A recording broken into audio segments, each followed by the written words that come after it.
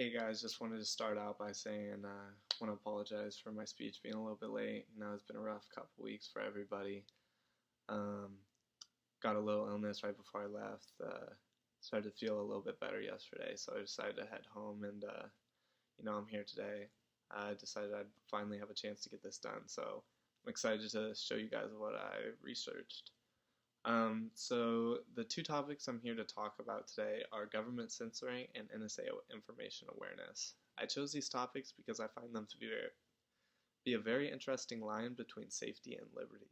On one hand, we are obviously using our technological advances to monitor the well-being of our nation and protect its citizens from the acts of terror. On the other hand, we have this device with ability to see into anybody's online personal life and pull up any conversation or interaction they've ever had on the internet. These abilities to have access to the unlimited amount of information given at your fingertips has great potential to be misused and abused. The downsides of this technology are endless, as well as the positives it can provide. Let's get into what is actually being used to get this information and how far along our current technology is. According to Patrick S. Poole, the ECHELON system's design is simple. You have position-intercept stations all over the world to capture all satellite, microwave, cellular, and fiber optic communication traffic, and then process this information through the massive computer capabilities of the NSA. They use keywords that ping any message sorted through the system that uses any of the blacklisted words. For example, if bomb is a keyword, any message in the world with the word bomb in it would be immediately looked at and further investigated. But this system isn't always being used just to listen for future terror attacks. It has been used inappropriately multiple times since it was created in 1948. This system has been used to target American citizens for their political beliefs and at times no reason whatsoever. This is a violation of their First, Fourth, and Fifth Amendments, but often end in complex legal battles favoring the United States government and their attempts to keep our country safe. Among the activities that the ECHELON targets are political spying and commercial espionage. Since World War II, U.S. government agencies have a track record of ignoring the rights and liberties of the American people. Even after the investigations into the domestic and political surveillance activities of the agencies that followed in the wake of the Watergate scandal, the NSA continues to target the political activity of unpopular political groups. One of the most shocking revelations came to light after several GCHQ officials became concerned about the target of peaceful political groups and told the London Observer in 1992 that the ECHELON dictionaries targeted Amnesty International, Greenpeace, and even Christian ministries, one of the biggest cases of political spying to date. We get into the topic of commercial espionage. Communism used to be the biggest threat. Since communism is no longer an issue in Europe, the United States agencies had to find a new issue to pursue in order to keep their huge budgets in line. Their solution was to redefine the notion of national security to include economic, commercial, and corporate concerns. An office was created within the Department of Commerce, the Office of Intelligent Liaison, to forward intercepted materials to major U.S. corporations. The main point of this department is to have the ability to access any information they need to be able to justify the means by the fact that almost any special interest has ties to economic, commercial, or corporate concerns. This is a huge invasion of our rights and something that is eventually going to be brought to light for the U.S. people to understand and investigate further. In 1945, Project Shamrock was created. No, this isn't the delicious shake, but rather a program created to have access to all telegraphic information in existence. Under Shamrock, all telegraphs to and from the United States were captured as signals intelligence, regardless of their origin or destination. At the program's peak, 15,000 telegrams a month were intercepted. Project Marionette, meanwhile, analyzed these electronic communications and passed along information on predetermined U.S. citizens and other intelligence and law enforcement agencies for follow-up. Project Marionette involved the creation of watch lists. Every agency, including the FBI, had a list of high-profile citizens causing change in their communities. This list includes such names as Martin Luther King, Malcolm X, and Jane Fonda. Attorney General Elliot Peterson shut down Project Marionette as soon as its activities were revealed to the Justice Department, despite the fact that the FBI was actively involved with the NSA and other intelligence agencies in creating the watch list. Operating between 1967 and 1973, over 5,925 foreigners and 1,690 organizations and U.S. citizens were included on Project Marionette watch lists. So this technology isn't new. The United States government has been invading privacy since privacy was even a thing. They have people looking at any information they wish to, transmitted through almost any technology ever. So obviously as technology changed, they needed to change too and censor the newest forms of communication. What happens is technology is getting very personal. Since we have lives online, the government now has access to hundreds of the hours you spend on your phone. What happens is people got this power and it grows on them. It's a generation of internet and information as the end goal. It has even been said that Project Shamrock was probably the largest government inspection program affecting Americans ever undertaken.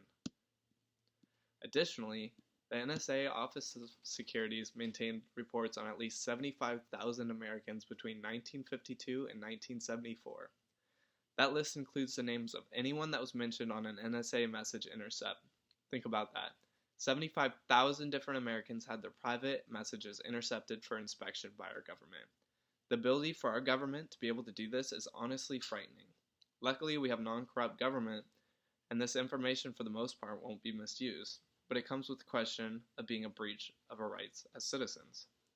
So let me break down my thoughts on the question, is the NSA a breach of our privacy? Well, we can think back to the beginning of my topic in ECHELON.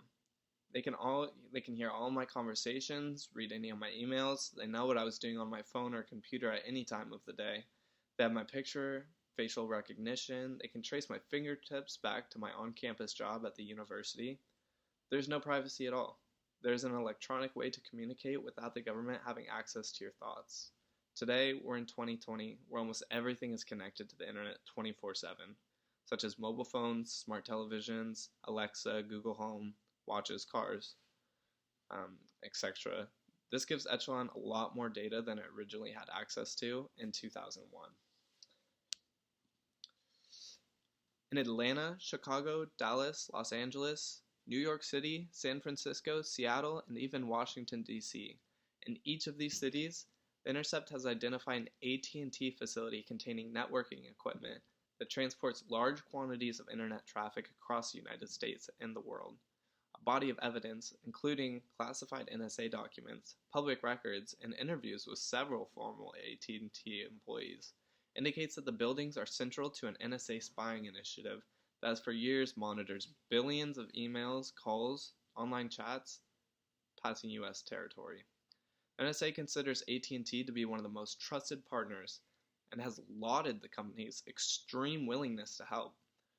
It is a collaboration that dates back decades. Little known, however, is that the scope is not restricted to just AT&T customers. According to NSA documents, it values AT&T not only because it has access to information that transit the nation, but also because it maintains unique relationships with other phone and internet providers.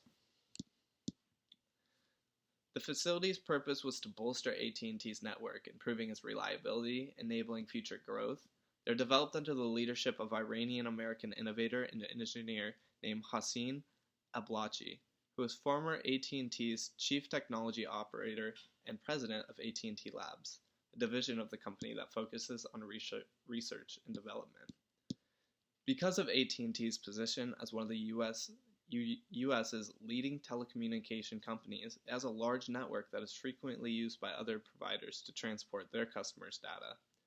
Companies that peer with AT&T include American telecommunications giant Sprint, Cogent Communications, and Level 3, as well as foreign companies from countries such as Sweden, India, Italy, and Germany.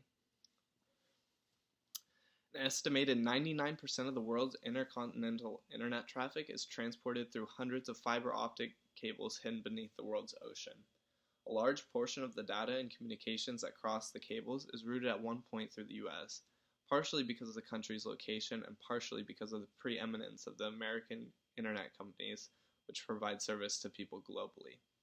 The NSA calls this predicament home field advantage, a kind of geographic good fortune. A target's phone call, email, or chat will take the cheapest path, not the physically most direct path. Your target's communications could easily be flowing in and through the US. Once the internet traffic arrives in US soil, it is processed by American companies. And that is why, for the NSA, AT&T is so indispensable. The company claims it has one of the world's most powerful networks, the largest of its kind in the US. AT&T routinely handles masses of emails, phone calls, and internet chats. As of March 2018, some 197 petabytes of data, the equivalent to more than 49 trillion pages of text, 60 billion average-sized MP3 files, traveled across its networks every single business day. The NSA still exists today, make no mistake about it, and now that it has more ways to record and monitor you and I. Very few people know of its existence, and if they do, they don't care about their privacy or security much. In reality, what you can do to protect yourself completely, except for take yourself off the grid. There is no privacy, and there never was.